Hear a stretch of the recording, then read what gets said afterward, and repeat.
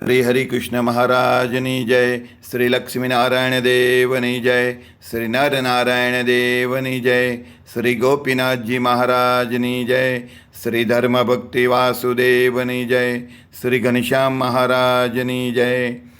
વડતાલ ગાદીને શોભાવતા પરમ પૂજ્ય ધર્મ ધુરંધર 1008 વિદ્યમાન આચાર્ય સનાતન આચાર્ય મહાસમર્થ આચાર્ય ગુરુ શ્રી અજેન્દ્ર પ્રસાદજી મહારાજની જય. પરમ પૂજ્ય ધર્મ ધુરંધર 108 ભાવિ આચાર્ય શ્રી નુગેન્દ્ર પ્રસાદજી મહારાજની જય. સમગ્ર ધર્મકુળ ભક્તિકુળ ભગવાનના વાલા સર્વે મુક્તો સર્વે સંતો ભક્તોના ચરણોમાં કોટી કોટી સાષ્ટાંગ દંડવટ વંદન પ્રણામ સાથે સૌ સંતો ભક્તોને જય શ્રી સ્વામિનારાયણ. શ્રી હરિચરિત્રામૃત સાગર ભગવાનની લીલા અને ભગવાનની આજ્ઞા. ઝીણાભાઈને બીમાર સાંભળીને શ્રીહરિ જૂનાગઢ આવ્યા. શ્રીહરિ ગઢપુરમાં રોજ સરોદ અને દોકડ વગડાવીને કીર્તન ગળાવતા હતા. તે ક્યારેય ભૂલતા નહીં. પંચાળા ગામના દરબાર ઝીણાભાઈ જૂનાગઢમાં રહેતા હતા. જે દિવસથી તેમને સત્સંગ થયો હતો તે દિવસથી દિવસે દિવસે તેમને સત્સંગનો રંગ ખૂબ જ ચડતો રહ્યો હતો. તેઓ સત્સંગ વિના બીજું બધું નકામું દેખતા હતા. સત્સંગ વગર કરોડો બ્રહ્માંડોને પણ તેઓ કાળના મુખમાં રહેલા ચવાણા જેવા દેખતા હતા. જે સત્સંગ નથી કરતા તે ગમે તેવા મોટા હોય તો પણ તેને તે કાળ ચાવી રહ્યો છે તેમ ઝીણા ભગત દેખતા હતા. કાળરૂપ એક મોટો અજગર છે જે બધાનો નાશ કરતો રહે છે. આ રીતનું જેને કાળનું જ્ઞાન ઉપજે છે તેને સત્સંગ થાય છે. જેને કાળનું જ્ઞાન થયું છે તેનો જ સત્સંગ પાકો થયો છે. કાળનું જ્ઞાન થયા સિવાય સત્સંગ પાકો ન થયો કહેવાય. સત્સંગ માટે થોડું ઘણું જે કાંઈ પણ કરવામાં આવે છે તેનો કાળ ક્યારેય નાશ કરતો નથી. શું કીધું? સત્સંગ માટે થોડું ઘણું જે કાંઈ પણ કરવામાં આવે છે તેનો કાળ ક્યારેય નાશ કરતો નથી. કેમ કે ભગવાન અને સત્સંગથી મોટું કોઈ નથી. કાળ તો એની પાસે ક્યાંય નાના ગણાય. માટે સત્સંગ અને ભગવાનનું ભજન, ભગવાનની મોટપ, ભગવાનનું ભજન કરવું, ભગવાનમાં દૃઢ આશરો કરવો, ભગવાનને શરણે થવું, ભગવાનનો દૃઢ આશરો રાખીને ભગવાનની આજ્ઞા પાળીને ભગવાનનું ખૂબ ભજન કરવું. તો કારણ કે સત્સંગનો એવો પ્રતાપ છે કે સોરઠ પ્રદેશમાં જે કોઈ પણ ભાઈ હરિભક્ત હતા તે બધા જ સત્સંગના આવા અમાપ પ્રતાપને જાણતા હતા. જે ભક્તો સત્સંગનો અમાપ પ્રતાપ જાણતા હતા તેનો જ્યારે અંત સમય આવતો ત્યારે શ્રીહરિ સંતો અને કેટલાક હરિભક્તોને સાથે લઈને તેને તેડવા આવતા. તેમાં વિમાન, અશ્વ કહેતા ઘોડા, રથ, હાથી કે ગરુડ આદિ દિવ્ય વાહનને સાથે લાવતા હતા.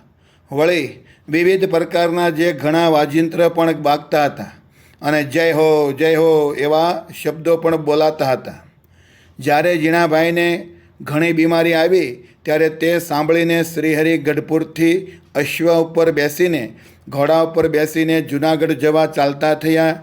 શ્રીહરિએ હરિભક્ત કાઠી દરબારોને સાથે લીધા અને રથમાં કેટલાક સંતોને પણ સાથે લીધા હતા. 3 દિવસે શ્રીહરિ જૂનાગઢ પહોંચ્યા અને ઝીણાભાઈને ભવને એમના ઘરે આવ્યા.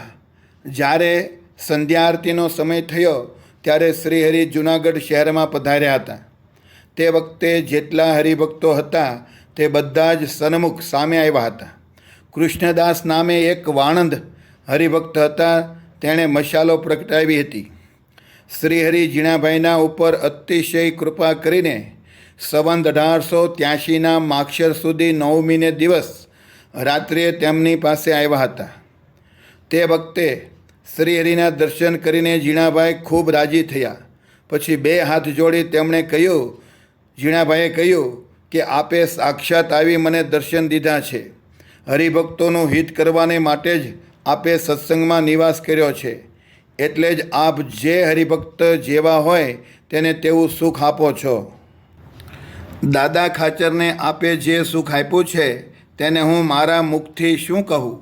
અનેક પ્રકારના નિમિત્તોથી તેમને જ્યારે જ્યારે કષ્ટ આવ્યું, અરે નિમિત્ત વગર પણ જ્યારે જ્યારે કષ્ટ આવ્યું ત્યારે કષ્ટને લીધે દિલમાં દુઃખદ સંતાપ રહેતો, પરંતુ જે સંતાપ આવતા તેનું આપ તરત નિવારણ કરતા રહ્યા છો. મને પણ જ્યારે શત્રુઓ ગામ સંબંધી કષ્ટ દઈ રહ્યા હતા ત્યારે આપે જ ગઢપુરમાં રહીને જ્યારે ખબર પડી ત્યારે મને મદદ કરી હતી. માટે હે મહારાજ, હવે આપ મારા આ શરીરનો ત્યાગ કરાવ્યા પછી જ જજો, કેમ જે આ શરીરમાં બહુ વિઘ્ન રહ્યા છે. જીણાભાઈની સમજણ. ત્યારે અતિશય પ્રસન્ન થઈને શ્રીહરિએ જીણાભાઈને કહ્યું કે આ શરીરનો ત્યાગ કરીને પછી તમારે ક્યાં રહેવું છે? તમને જે ધામ પ્રિય હોય ત્યાં અમે તમને પહોંચાડશું. ત્યારે જીણાભાઈ બોલ્યા, હે મહારાજ, હું આપની હજુરમાં જ હંમેશા નિવાસ કરવા ઈચ્છું છું, કેમ જે આપની મૂર્તિ સિવાય હું બીજું કાંઈ ઈચ્છતો નથી. આપની હાજરી સિવાય અક્ષર પર્યંતના ગમે તેવા દિવ્ય ધામ હોય તો પણ તે કોઈ ધામને હું ઈચ્છતો નથી. જો ભક્તો આવી સમજણ હોવી જોઈએ. ભગવાનની મૂર્તિ સિવાય આપણને બીજું કાંઈ વાલું લાગવું જ ન જોઈએ. કદાચ આપણે ફરજ પ્રમાણે આપણે ગ્રસ્થાશ્રમમાં રહ્યા હોય, માતા પિતા પુત્ર પરિવારની આપણે સંભાળ રાખતા હોય, જે કાંઈ કરતા હોય, પણ એ આપણી ફરજ છે.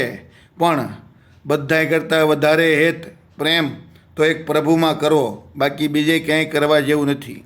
કેમ કે બીજે પ્રેમ કરવાથી ભગવાનનું ધામ ન મળે, પણ ભગવાનમાં પ્રેમ કરવાથી ભગવાનનું ધામ અવશ્ય મળે છે. માટે ગોપીઓએ ગોકુળમાં રહીને ગોવાળાની સાથે રહ્યા, પણ પ્રેમ તો વધારે શ્રી કૃષ્ણ પ્રભુ મહાપ્રભુ સાથે કર્યો. અયોધ્યામાં રામચંદ્ર ભગવાન હતા ત્યારે રામચંદ્ર ભગવાનના અયોધ્યાવાસીઓએ બધાએ ઘરે રહીને ઘર પરિવાર ચલાવ્યું, પણ પ્રેમ તો વધારે શ્રી રામચંદ્ર પ્રભુમાં કર્યો, એટલે બધાયનું કલ્યાણ થયું. માટે અક્ષરધામથી કોઈ ધામ અધિક નથી, તે સર્વોપરી ધામ છે, આવું મેં સાંભળ્યું છે. અને તે અક્ષર કરતાં પણ આપણે અધિક કહ્યા છે તે હું જાણું છું. તે અક્ષરધામ અપાર છે એવું મેં સાંભળ્યું છે, છતાં આપ તો તેનાથી પણ અમાપ અપાર છો. આવું કોણ કહે છે? જીણાભાઈ. આપનાથી કોઈ અધિક હોય એવું ક્યાંય સંભળાતું નથી. અને જે આપનાથી અધિક બીજા કોઈને પણ કહે છે તો તે કહેનારાને આપની મોટપનું જ્ઞાન જ થયું નથી. તેથી જ તેમાં એવું અપાર અજ્ઞાન ભર્યું છે.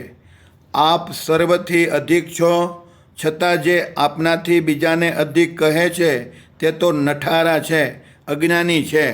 તે અજ્ઞાની લોકો પોતાના મતને સર્વોપરી દેખાડવા માટે જ જે સર્વોપરી નથી તેને સર્વોપરી કહે છે.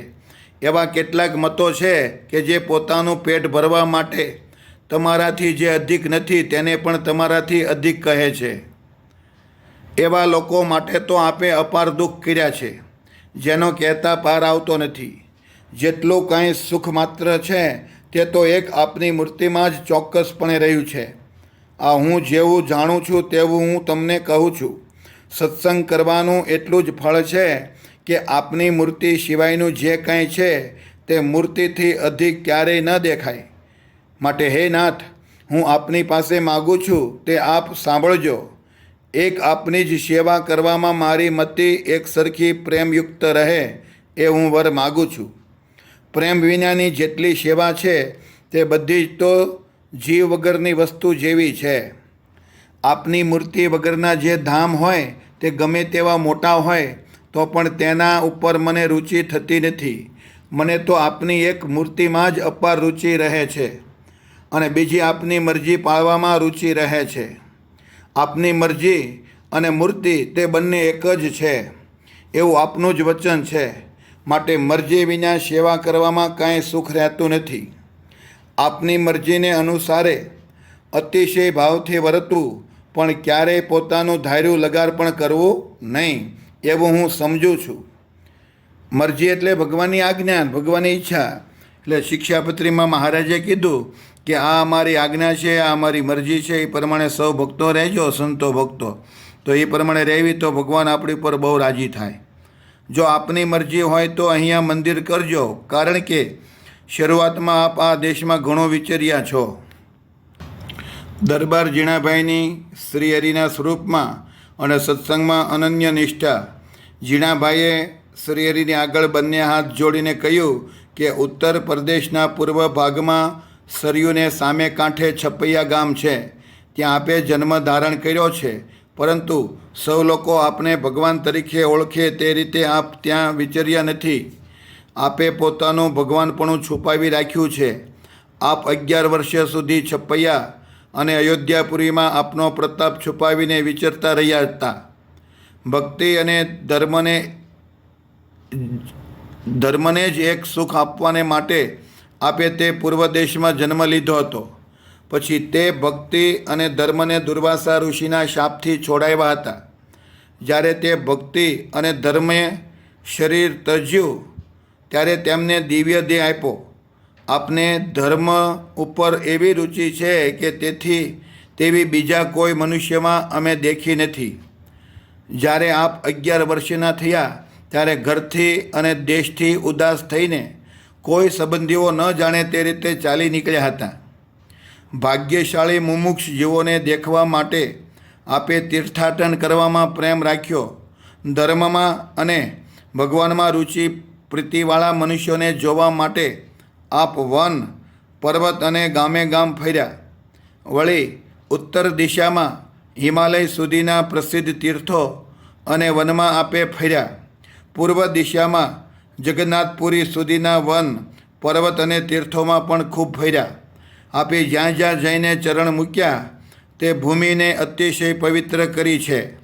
જેને આપનો સંબંધ થયો તેના ભાગ્ય તો કહી શકાતા નથી. જે આપના સંબંધમાં આવ્યા તે તો ધ્યાન કરવા યોગ્ય બની ગયા છે. આવા આપના ચરિત્રમાં જે કૃતક કરે છે, જે શંકા કરે છે, તે તો સંસારમાં ભટકતા રહે છે. જેને આપનો અધિક સંબંધ હોય છે તે તેટલા વધારે શ્રેષ્ઠ ગણાય છે. લોભની દુષ્ટતા. જ્યારે કોઈ પણ વાતને લઈને માણસમાં લોભ પ્રવેશ કરે છે ત્યારે નારદજી જેવા હોય તે પણ સત્યને અસત્ય કહે છે. ભગવાનની વાત તો અમૃતના જેવી છે, પણ જ્યારે જીવને લોભ મિત્ર મનાઈ જાય છે ત્યારે ભગવાનની વાતને પણ ઝેરી કરી દે છે. લોભ એવો વિચિત્ર છે કે તે ઝેર જેવી વાતને પણ અમૃતથી અધિક મનાવી દે છે. લોભ સત્યને પણ અસત્ય કરી દે છે. જ્યાં જેનું જેવું ચલણ નિયંત્રણ હોય ત્યાં તેવો ન્યાય વર્તતો હોય છે. જે ન્યાય એક સાચી રીતે કરવાનો હોય તેને લોભ અનેક પ્રકારની ખોટી રીતે કરાવે છે.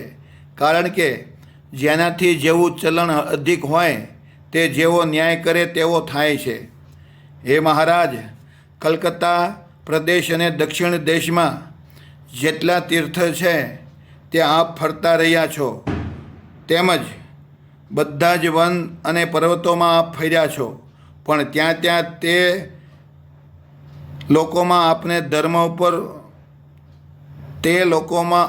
ધર્મ ઉપર હોવો જોઈએ એવો ભાવ દેખાણો નહીં. દારૂ ન પીવો, માંસ ન ખાવું, ચોરી ન કરવી અને પરસ્ત્રીના સંગનો ત્યાગ કરવો, આ 4 ધર્મ બ્રહ્માંડના આધાર સ્તંભ છે. દક્ષિણ દેશમાં ફરતા આપ સુરત આવ્યા અને સુરતથી ખંભાત રહ્યા. પછી ખંભાતથી ચાલ્યા તે ભીમનાથ થઈને ગોપનાથ પ્રત્યે આવ્યા. ત્યાંથી આદિવારા, ગુપ્ત પ્રયાગ અને પ્રાચી પાટણ દેખ્યું. પછી માંગરોળ બંદર રહીને લોજ આવ્યા. આ રીતે આપ શ્રી ઘણા તીર્થમાં ફર્યા છો. ઉદ્ધવના અવતાર જે રામાનંદ સ્વામી હતા તે પોતાને શરણે આવેલા 4 વર્ણના મનુષ્ય ભાઈને મદ, માંસ, ચોરી અને વ્યભિચાર આ 4 ન કરવાના નિયમમાં વર્તાવતા હતા. તે રામાનંદ સ્વામીના મોટા શિષ્ય મુક્તાનંદ સ્વામી સંત હતા અને સંતના સાચા ધર્મો તેમના જીવનમાં વર્તતા હતા. જે સત્સંગની સનાતન રીત છે તેમાં જે જીવ વર્તે છે તેને સંસારનું ભટકણ રહેતું નથી. ગણે પાર ન આવે એટલા બધા તીર્થો છે, પરંતુ આ સત્સંગમાં જે શુદ્ધ રીત રહી છે તે ચોક્કસ બીજે ક્યાંય નથી. સત્સંગ સિવાય કોઈ ગમે તેવો યોગ સાધે કે જપ, તપ, કરે તો પણ સંસારના સંકટમાં ભટકવાનો રોગ મળતો નથી. ગમે તેવા કોઈ વેદ, શાસ્ત્ર અને પુરાણોને ભણેલા હોય પણ તેને જ્યાં સુધી સત્સંગ ઉપર અરુચિ રહેતી હોય, સત્સંગ ગમતો ન હોય ત્યાં સુધી તે વારંવાર લક્ષ 84માં ભટકતા રહે છે. માટે લક્ષ 84માં ભટકવું ન હોય તો સત્સંગ ઉપર પ્રેમ કરવો પડશે અને ભગવાન ઉપર પ્રેમ કરવો પડશે અને ભગવાનના વાલા સાચા સંતો ભક્તો ઉપર પણ પ્રેમ કરવો પડશે. એટલે કે એની સાથે હેત રાખીને એ જેમ રાજી થાય એમ કરવું પડશે. દારૂ, માંસ, ચોરી અને વ્યભિચાર એ ચારનો જીવ જ્યાં સુધી ત્યાગ કરતા નથી ત્યાં સુધી ગમે તે શાસ્ત્ર ભણ્યા હોય તો પણ તેનું કાંઈ ફળ મળતું નથી. શું કીધું? કોઈ પણ જીવ દારૂ, માંસ, ચોરી અને વ્યભિચાર એ ચારને જ્યાં સુધી ત્યાગ કરતા નથી ત્યાં સુધી ગમે તે શાસ્ત્ર ભણ્યા હોય તો પણ તેનું કાંઈ ફળ મળતું નથી. માટે હે ભગવાનના વાલા ભક્તો, જિંદગીમાં ક્યારેય દારૂ ન પીવો, માંસ ન ખાવું, ચોરી ન કરવી, વ્યભિચાર ન કરવો. સત્સંગ સિવાય કોઈ ગમે તેવો યોગ સાધે કે જપ તપ કરે તો પણ સંસારના સંકટમાં ભટકવાનો રોગ મટતો નથી. ગમે તેવા કોઈ વેદ, શાસ્ત્ર અને પુરાણોને ભણતા હોય અને ભણેલા પણ હોય પણ તેને જ્યાં સુધી સત્સંગ ઉપર અરુચિ રહેતી હોય ત્યાં સુધી તે વારંવાર લક્ષ 84માં ભટકતા રહે છે. દારૂ, માંસ, ચોરી અને વ્યભિચાર એ ચારનો જીવ જ્યાં સુધી ત્યાગ નથી કરતા ત્યાં સુધી તે ગમે તે શાસ્ત્ર ભણ્યા હોય તો પણ તેનું કાંઈ ફળ મળતું નથી. જીવનમાં એ સિવાયના પણ જે સાધનો કર્યા હોય તેનું એ ચાર પાપ કરનારે કોઈ ફળ મળતું નથી. આમ તેના કરેલા બધા જ સાધન નિરર્થક થઈ જાય છે. તેથી તે ઘાંચીના બળદની જેમ આ સંસારના ચક્રમાં ચાલતા રહે છે. જેમ ઘાંચીનો બળદ ગમે તેટલું ચાલે પણ જ્યારે છૂટે ત્યારે તેને તે જ ઠેકાણે રહે છે. દેવ, દૈત્ય કે મનુષ્ય સુધીના કોઈ પણ જીવ જ્યાં સુધી દારૂ, માંસ ઇત્યાદિ ચાર જાતના પાપ કરે છે ત્યાં સુધી તેમનું જીવન નિરર્થક છે. તે ચાર નિયમ નહીં પાળનાર કદાચ કોઈ દેવ હોય તો પણ તે ખરેખર દેવ નથી. એવા જે દૈત્ય હોય તે દૈત્ય મળતા નથી અને એવા જે મનુષ્ય છે તે મનુષ્ય નથી કહેવાતા. જે એ ચાર પ્રકારના પાપને નથી કરતા એ જ ખરેખર મનુષ્ય કહેવાય છે. તે ચાર નિયમને જે પાળે છે તે વેદ, શાસ્ત્રને, પુરાણને ભણ્યો ગણાય છે. તેણે જેટલા તીર્થ છે તે બધા જ કરી લીધા કહેવાય છે. વળી યોગ, દાન અને યજ્ઞ વગેરે બધું જ તેણે કરી લીધું છે. 50 કરોડ યોજન વિસ્તારવાળી આ ભૂમિ કહેવાય છે. તેને ચામડાથી મઢાવી શકે તેવો કોઈ ચક્રવર્તી રાજા નથી. પણ પોતાના પગમાં જો પગરખાં પહેરી લેવામાં આવે તો ગમે તેવી કાંટા, કાંકરા કે કાચવાળી જોખમી ભૂમિ હોય તો પણ ચામડાથી મઢ્યા વિના જ મઢાઈ ગયેલી થાય છે. તેમ આગળ કહેલા ચાર સાધનોમાં બીજા કરોડ સાધનો નામવાળા તમામ આવી જાય છે. જેમ ગમે તેવી મોટી ઇમારત રંગબેરંગી કરીને સજાવી હોય તો પણ તે જો પાયા વગરની હોય તો તે ટકી શકતી નથી. તેમ ચાર સાધનરૂપ પાયા વગરના ગમે તેટલા અપાર સાધનો કરવામાં આવે તો પણ તેનાથી આ સંસારમાં ભટકવાનું ક્યારેય મળતું નથી. પછી શ્રી હરિએ ઝીણાભાઈ પ્રત્યે કહ્યું કે તમારી સમજણ જોઈને હું ખૂબ જ પ્રસન્ન થયો છું. શ્રી હરિએ અયોધ્યા અને વન વિચરણના ચરિત્ર કહીને ધર્મ સહિત ભક્તિને મોક્ષ કરનારી કહી છે. પછી શ્રી હરિએ ઝીણાભાઈને કહ્યું કે જ્યાં દારૂ, માંસ, ચોરી અને વ્યભિચાર આ ચારનો ત્યાગ હોય ત્યાં અમે રહીએ છીએ. અમે માંગરોળથી લોજ આવ્યા અને ત્યાં રામાનંદ સ્વામીના શિષ્ય મુક્તાનંદ સ્વામી રહેતા હતા. તેમણે મને એ ચાર પાપના ત્યાગની વાત કહી ત્યારે અમે આ સત્સંગમાં પ્રેમથી દઢતાપૂર્વક રહ્યા. ધર્મની મહત્તા. જ્યાં ચાર પ્રકારના પાપનો ત્યાગ હોય ત્યાં મૂર્તિમાન ધર્મ રહે છે. જ્યાં નિષ્કપટ ધર્મ હોય ત્યાં મૂર્તિમાન ભગવાન પ્રગટપણે નિવાસ કરીને રહે છે. જ્યાં ધર્મ ન હોય ત્યાંથી ભગવાન ઉદાસ થઈ જાય છે, કારણ કે ભગવાને ધર્મને વરદાન આપ્યું છે કે જ્યાં તમે રહેશો ત્યાં અમે રહીશું, જ્યાં તમારું સન્માન નહીં થતું હોય ત્યાં હું ક્યારેય રહીશ નહીં. જ્યાં તમે અને અમે રહેતા હોઈએ ત્યાં જ સાચો સત્સંગ હોય છે. માટે હે ભક્તો, આપણે બધાએ ધર્મ સહિત ભક્તિ કરવી તો જ ભગવાન રહે. જો ધર્મ પાળશું ને ભક્તિ ન કરવી તોય પણ ભગવાન ન રહે, અને ભક્તિ કરશું ને ધર્મ ન પાળવી તોય પણ ભગવાન ન રહે. ધર્મ સહિત ભક્તિ, મહાત્મ જ્ઞાને યુક્ત ધર્મ સહિત ભક્તિ કરશું તો ઘનશ્યામ, સહજાનંદ, સ્વામિનારાયણ ભગવાન, ગોપીનાથજી મહારાજ, લક્ષ્મીનારાયણ દેવ હાજર રહેશે, બાકી રહેશે નહીં. રામાનંદ સ્વામીના જેટલા સંતો અને હરિભક્તો આ સૌરાષ્ટ્ર દેશમાં અને બીજા દેશમાં હતા તે બધા મહાન સર્વોપરી ધર્મમાં નિષ્કપટ ભાવે વર્તતા હતા અને ધર્મ સહિત ભક્તિ કરતા હતા. અંતર્યામી રૂપે ભગવાન સદા પ્રગટ છે. તે અક્ષરધામમાં રહ્યા હોવા છતાં સંતો હરિભક્તોથી જરાય દૂર રહેતા નથી.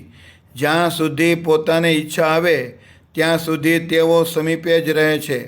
જો કે ભગવાનને તો કોઈથી દૂર કે સમીપપણું છે જ નહીં, પરંતુ જ્યાં સુધી જેને સત્સંગ અને ભગવાનનું યથાર્થ જ્ઞાન થતું નથી ત્યાં સુધી ભગવાન તેની સમીપે રહ્યા હોવા છતાં દૂર રહ્યા હોય તેમ લાગે છે.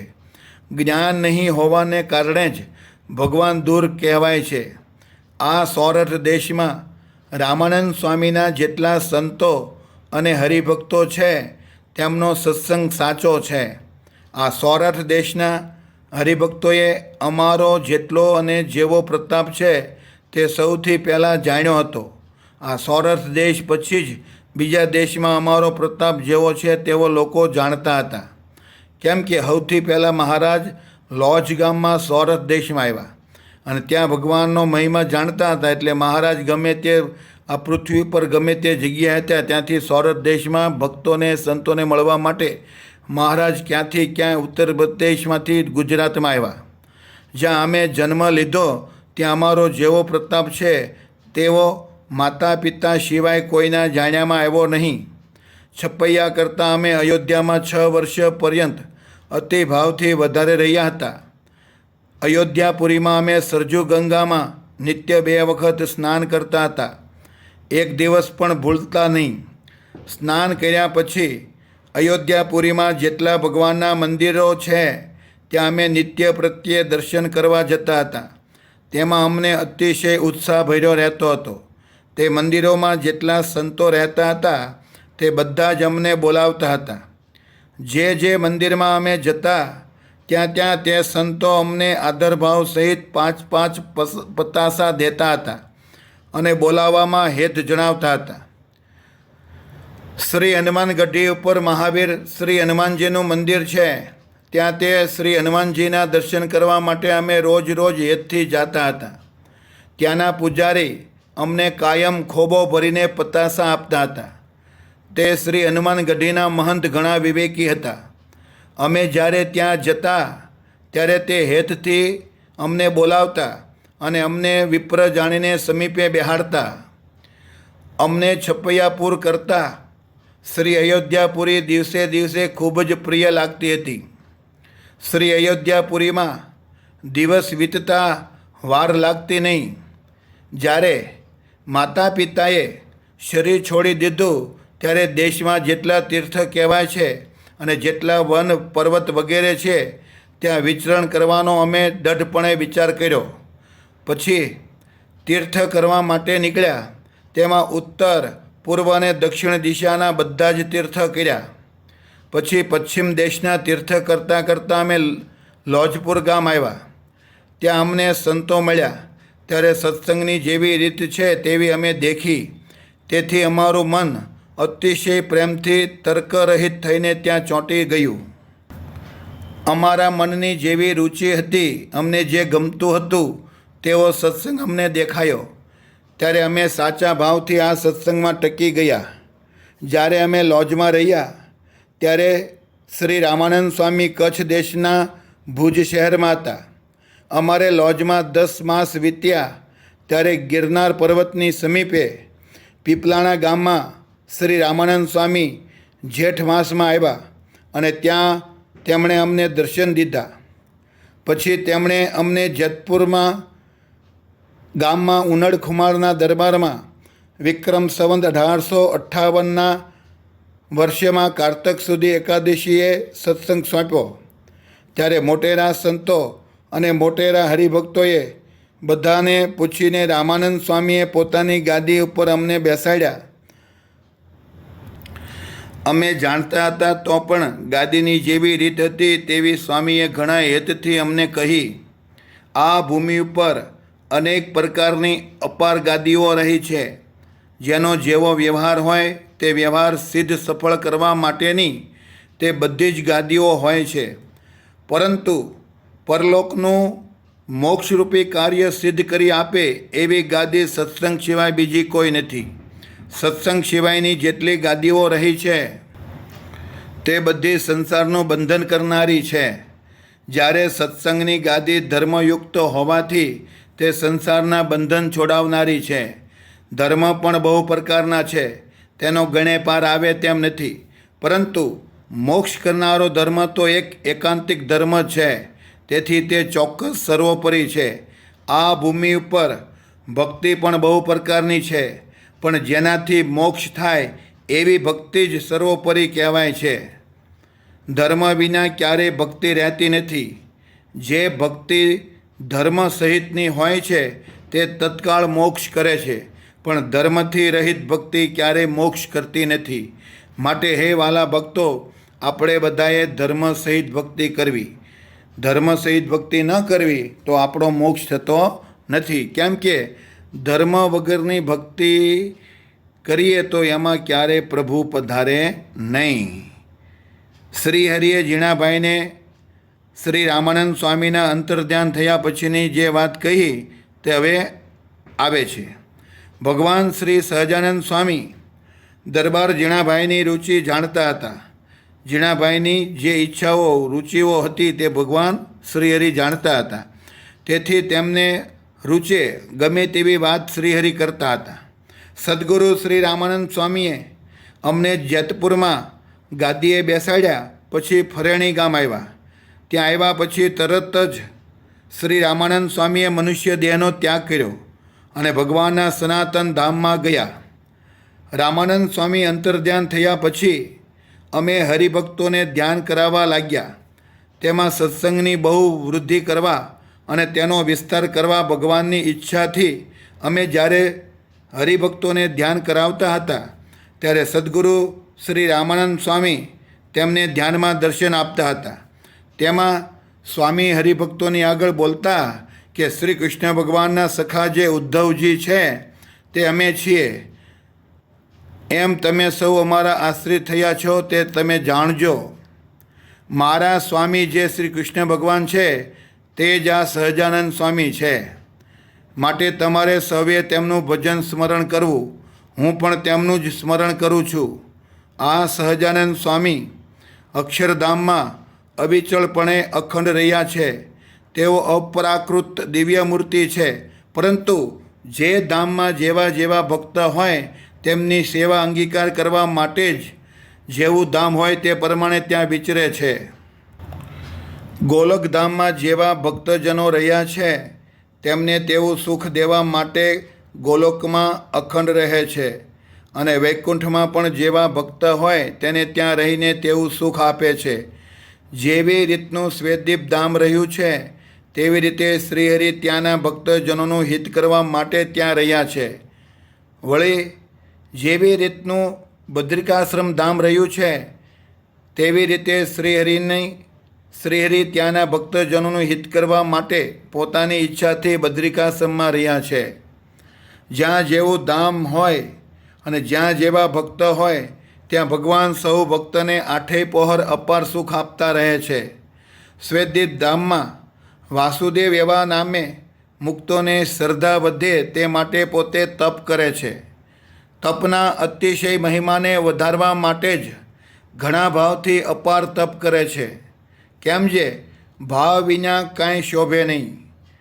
એ શ્રીહરિ અક્ષરધામમાં અખંડ રહ્યા થકા જ ઋષિઓના સનાતન ધર્મનું રક્ષણ કરવા અને જે ઋષિ છે તેને ઋષિઓના ધર્મ શીખવાડવા માટે શ્રી નરનારાયણ ઋષિ રૂપ ધરીને અનુપમ બદ્રિકાશ્રમ ધામમાં રહ્યા છે.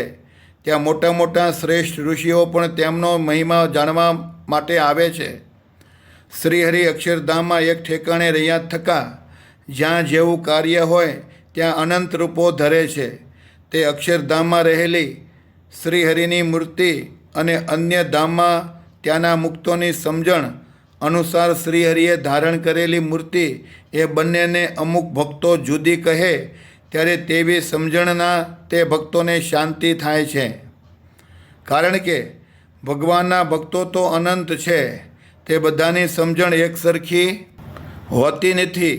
તેમાં જેને જેવી સમજણવાળા ગુરુ મળ્યા હોય તે તેવી સમજણને છોડતા નથી અને સૌ પોતે પોતાની સમજણને સરસ માને છે.